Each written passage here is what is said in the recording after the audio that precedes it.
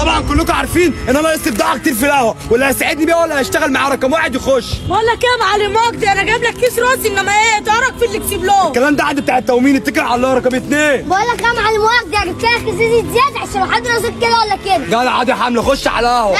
رقم 3. ايه يا معلم مجدي؟ ايه ده ابراهيم، انت عرفت ان انا اكسبلور؟ وجاي عشان نضرب 3 عصافير بحجر. ايه ده هتعمل ايه يا ابراهيم؟ اول حاجه جبت لك كيس سكر عشان البضاعه اللي ناقصه. وتاني حاجه عشان نطلع اكسبلور. وتالت حاجه عشان نوصل ل1,200,000. هو ده ابراهيم اللي كان وحشني. طالما انا رجعت، الناس اللي بتحب المعلم مجدي هتطلعوا اكسبلور وتوصلوا 1,200,000. شاي يا رجاله.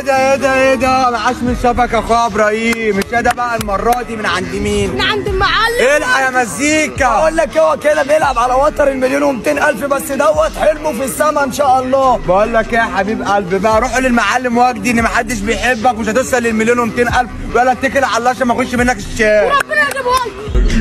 ماشي مشكلة الغلط